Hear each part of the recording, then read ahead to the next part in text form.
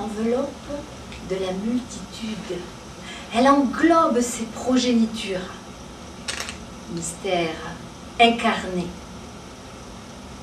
Seul le silence peut la deviner. Seule la présence peut l'accueillir.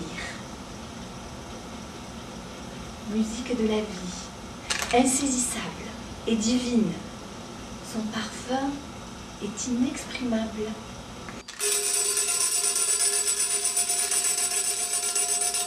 Nous étions adorés comme les dieux. On changeait sans cesse de nom.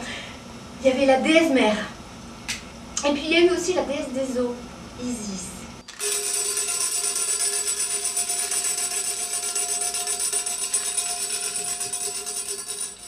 Nous les fées, enfin, nous sommes des êtres simples, libres.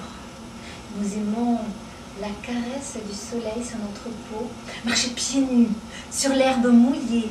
Nous aimons les sources, les fontaines, les rivières, les lacs. Nous aimons les forêts et les saisons.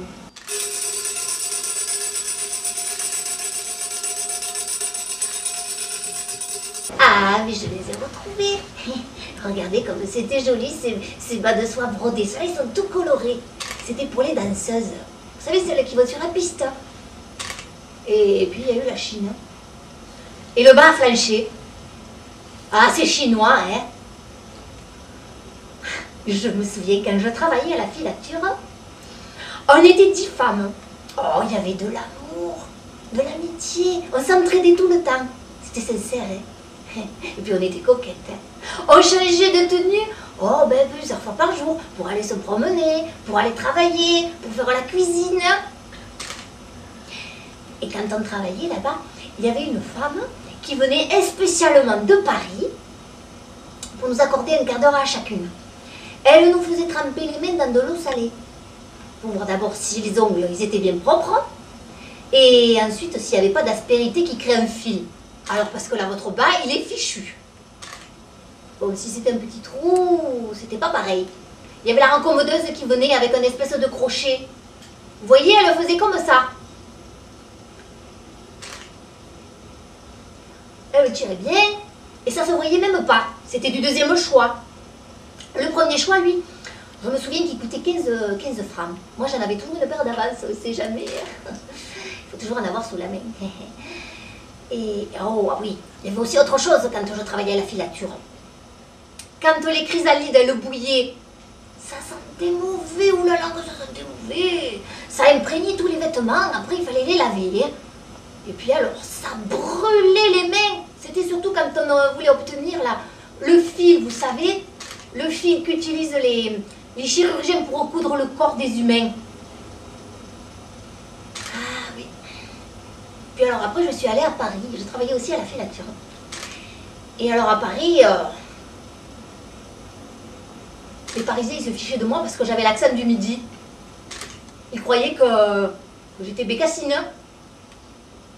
Quoique maintenant, hein. Ils savent bien venir construire chez nous, hein. C'est pas vrai ça que je dis? Bon. Et c'est là que j'ai rencontré mon mari. On a vécu 55 ans ensemble. De l'amour, toujours. Et ça, c'est pas tout le monde qui peut en dire autant, hein. Oh, qu'est-ce qu'on s'est régalés tous les deux. On faisait des promenades magnifiques dans les belles forêts. Elles sont plus comme ça maintenant, les forêts. Puis alors, qu'est-ce qu'on mangeait bien. C'est vrai qu'on a passé du bon temps tous les deux. Bon, d'accord, on n'a pas eu d'enfants, hein. Comme ça. Puis il est mort l'an dernier. Moi aujourd'hui j'ai 95 ans. Alors ça c'est quelque chose. Hein. Quand ça vous arrive dessus et que vous n'y êtes pas préparé, moi je suis complètement désorientée. Hein. Plus personne pour vous donner un conseil. Alors je me dis, oh petit bonheur la chance. Si tu meurs, ben, on t'enterrera et tu feras comme les autres. Hein. Mais je suis encore valide. Hein. Si je voulais, je pourrais travailler. Parce que j'en ai l'envie, j'en ai le pouvoir. Je me souviens que même j'ai acheté une machine à 300 briques.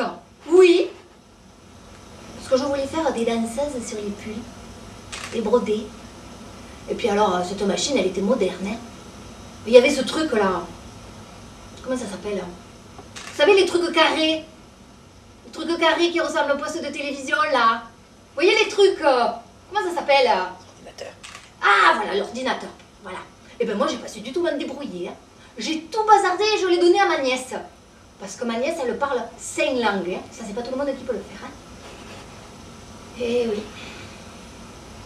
Alors maintenant, comme je peux plus faire des bas de soie et j'aimais ça, hein, ben je fais du crochet. Et puis rien m'arrête. Hein. Moi, je suis pas feignante, hein, ça je vous le dis. Hein. Je fais des abat-jours, je fais des coussins. Et quand on fait cet ouvrage-là, il faut toujours penser à ce que ça va donner une fois fini. Hein. Parce que sinon, ça ressemble à rien, pardine.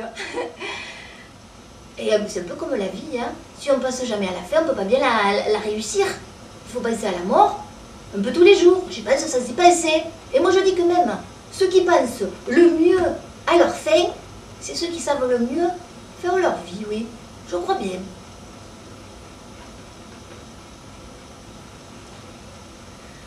Ah, Georgette et ses bas de soie. Les bas de soie, ça fait rêver. Quelle féminité! Il y a aussi le bas de soie. Et c'est bien par là que nous venons tous au monde. Par cette grotte sacrée de l'intimité, de la création, du commencement, des commencements de cette vie si éphémère, par ce cercle d'éphémère.